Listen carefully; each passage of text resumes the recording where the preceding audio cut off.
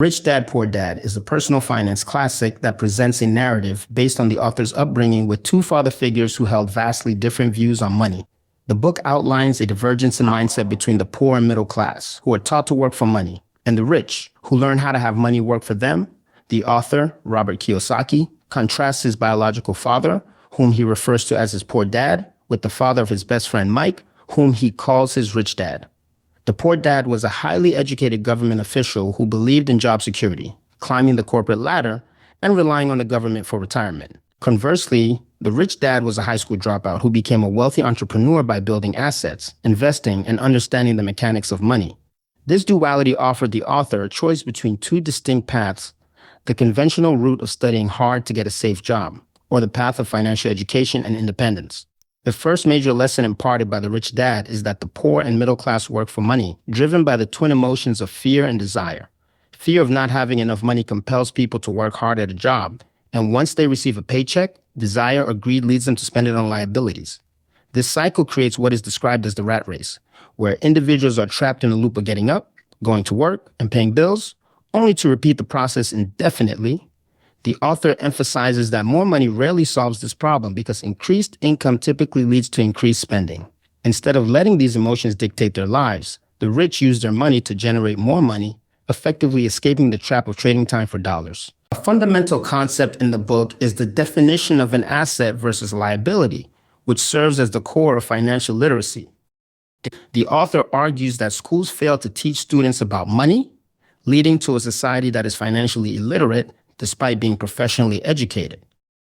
He simplifies accounting into a single rule: an asset puts money in your pocket, while a liability takes money out of your pocket. The rich focus on acquiring income-generating assets such as businesses, stocks, bonds, and real estate. In contrast, the poor and middle class often acquire liabilities that they believe are assets, such as their personal homes and cars, which require ongoing expenses like mortgages, insurance, and maintenance. Understanding the cash flow pattern, how money moves from income to expenses versus income to assets, is crucial for accumulating wealth. The book advises readers to mind their own business, a concept distinct from their profession. While a profession is what one does to earn a salary, a business revolves around one's asset column. Many people spend their lives minding someone else's business by working for an employer, the government, and the bank. To achieve financial security, individuals must keep their day jobs while building a solid foundation of assets that generate income independently of their labor. This asset column serves as the vehicle for freedom, allowing individuals to eventually cover their expenses through passive income rather than wages. Another significant advantage the rich utilize is the power of corporations and an understanding of the history of taxes. The author explains that originally there were no taxes, and when they were introduced, they were intended to levy the rich to support the poor. However, as government appetite for money grew, taxes trickled down to the middle class. The rich, possessing financial intelligence, found legal ways to minimize their tax burden through corporations. A corporation allows business owners to earn money, spend on expenses using pre-tax dollars, and then pay taxes on what remains. This is in stark contrast to employees who earn money, pay taxes immediately, and then try to live on what is left. Financial IQ, composed of accounting, investing, understanding markets, and the law, provides the necessary tools to protect and grow wealth effectively. The narrative also covers the idea that the rich invent money. This lesson focuses on the importance of financial creativity and the boldness to take calculated risks. In the real world, it is often not the smart who get ahead, but the bold. Financial genius requires technical knowledge combined with courage.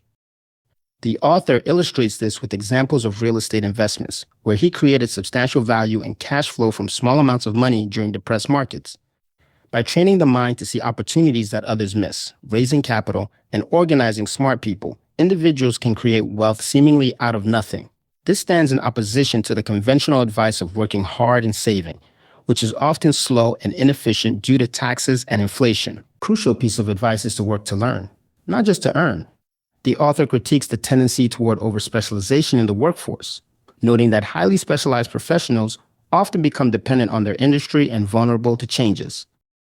Instead, he recommends learning a little about a lot, particularly focusing on communication skills such as sales and marketing. These skills are essential for success in any endeavor.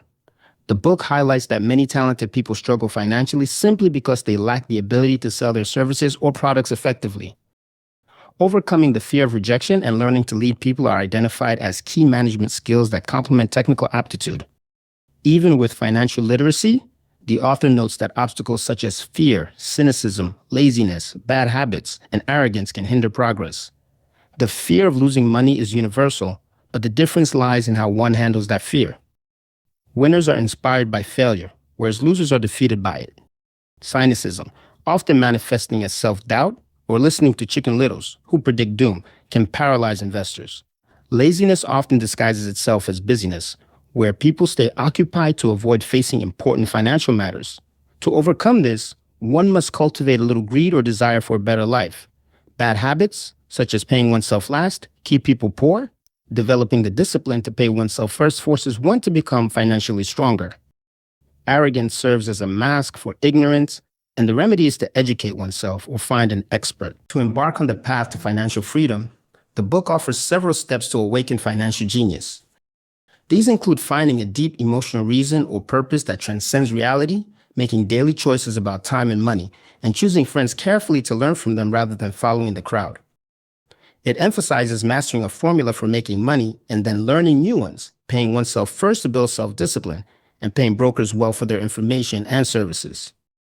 The concept of being an Indian giver, seeking a return on investment plus a free asset, is also introduced. Furthermore, using assets to fund luxuries rather than buying them on credit, choosing heroes to emulate, and the principle of giving to receive are outlined as vital practices. Ultimately, Rich Dad, Poor Dad serves as a guide for shifting one's mindset from that of an employee seeking security to that of an investor seeking freedom. It encourages readers to take responsibility for their financial education, challenge conventional wisdom, and take action to build a portfolio of assets. The book concludes with the assertion that money is just an idea, and with the right information and determination, anyone can change their financial destiny.